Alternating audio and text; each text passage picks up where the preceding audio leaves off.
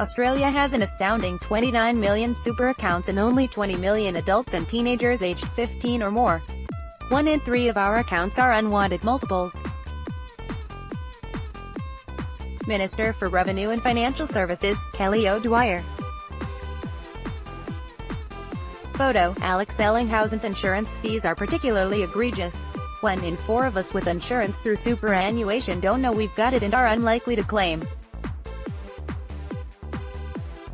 Those of us with multiple policies can only claim on one of them for things such as income protection because that's all the law allows.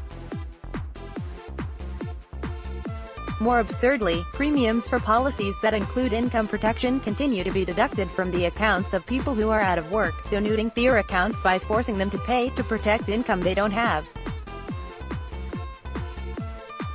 Many of us, those without specific provisions in our awards or industrial agreements, have had the freedom to choose what fund we want to be in since 2005. But the odds have been stacked against us. Banks have been paying their employees bonuses to switch us into expensive and poorly performing products.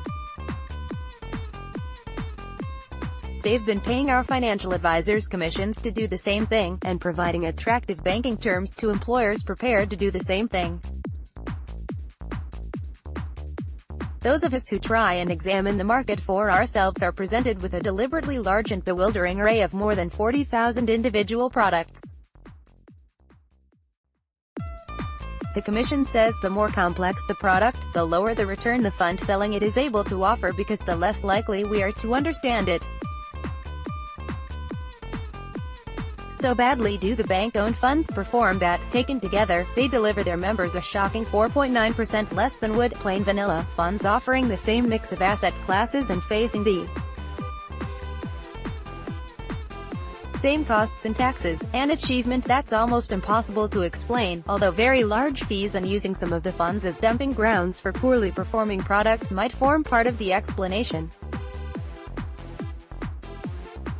Loading playing in 5. In order to find out whether the funds themselves knew why they performed so badly, the Commission sent out a survey, with reminder letters, to the 208 that service most of the population.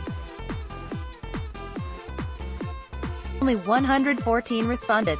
Among those that didn't respond were the Defence Force Superannuation Scheme and the AMP-eligible Rollover Fund. When attempted to game the survey by providing its name and address so that it wouldn't be included in the list of non-responders, and leaving all of the other fields blank, a performance the Commission described as contumelious, a word that means showing an utter disregard for someone else's work. An impressive 81% of the responders said they undertook performance attribution analysis, which means they knew why they were performing as they were. Only 5, that's right, only 5 of those funds were able to outline what their analysis said. The rest were either not telling the truth about whether they undertook analysis or were trying to hide what it showed. Some of the industry funds performed poorly too. Some are funds into which people are forced to put their money by industrial awards. So bad are they compared to better funds, the Commission says over a lifetime the difference could amount to $635,000, or 9 years' pay. Illustration, Matt Davidson. Photo, and yet neither industry super, the Institute of Superannuation Trustees or the Association of Superannuation Funds has explicitly backed the Commission's key recommendation, and neither has the Financial Services Council, although it has come the closest. Loading. The Productivity Commission wants all Australians joining the workforce to be presented with a drop-down menu of 10 best-performing funds and asked to pick one. They would be perfectly free to pick from a broader list, or even to pick a fund that wasn't on a list. And they could stay in that fund regardless of who employed them. An independent panel would refresh the menu every 4 years, meaning funds would compete to stay on it.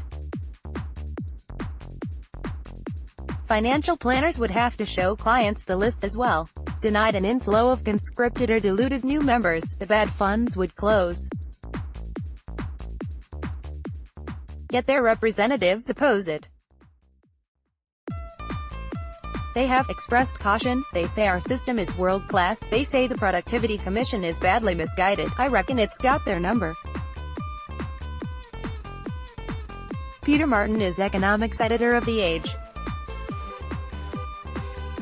Follow Peter Martin on Twitter and Facebook.